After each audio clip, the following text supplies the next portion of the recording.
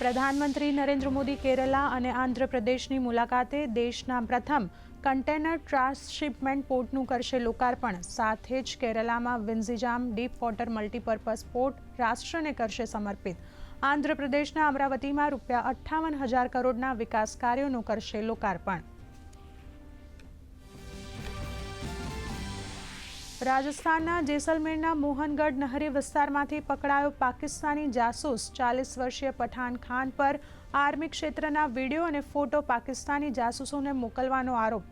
Police, CID અને IBની સંયુક્ત કામગીરી. તપાસ એજન્સીઓ દ્વારા પઠાન ખાનની પૂછપરછ શરૂ. વેવ સમિટ 2025નો આજે બીજો દિવસ. ભારતની અધ્યક્ષતામાં પ્રથમવાર ગ્લોબલ મીડિયા ડાયલોગનું આયોજન. 25થી વધુ દેશોના પ્રતિનિધિઓ લઈ રહ્યા છે ભાગ.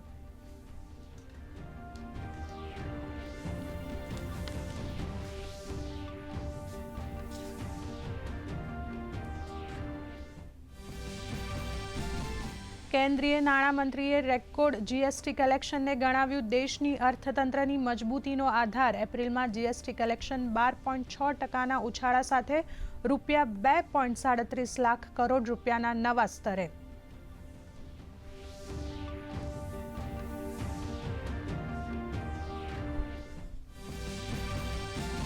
ગોધરા ખાતે ગુજરાત ગૌરવ દિવસની રાજ્યકક્ષાની ઉજવણી પ્રસંગે સાંસ્કૃતિક કાર્યક્રમનું આયોજન. ગુજરાત પોલીસના 840 જવાનોએ પરેડમાં દર્શાવ્યા વિવિધ કરતબો. તો ગુજરાત સ્થાપના દિવસે કેન્દ્રીય ગૃહમંત્રી અમિત શાહે કહ્યું દેશના વિકાસમાં ગુજરાતનો ફાળો મહત્વનો.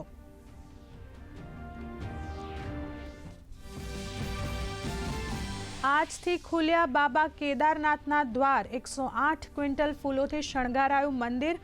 મુખ્યમંત્રી પુષ્કરસિંહ ધામીએ કર્યા પૂજન અર્ચન. કેદારનાથના દર્શન માટે ભક્તોનું ઘોડાપૂર.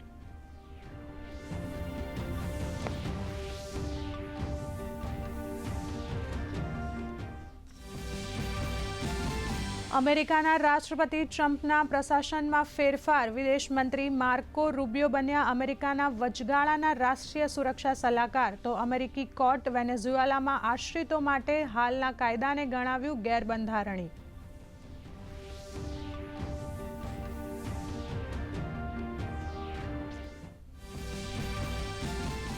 દિલ્હી, NCR સહિત ઉત્તર પ્રદેશ, હરિયાણા અને રાજસ્થાનના વાતાવરણમાં પલટો. દિલ્હીમાં વહેલી સવારે વાવાઝોડા સાથે વરસાદ.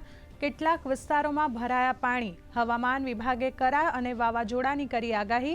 તો રાજ્યમાં ગરમીનો કેર યથાવત. રાજકોટ 43.6 ડિગ્રી તાપમાન સાથે સૌથી ગરમ શહેર.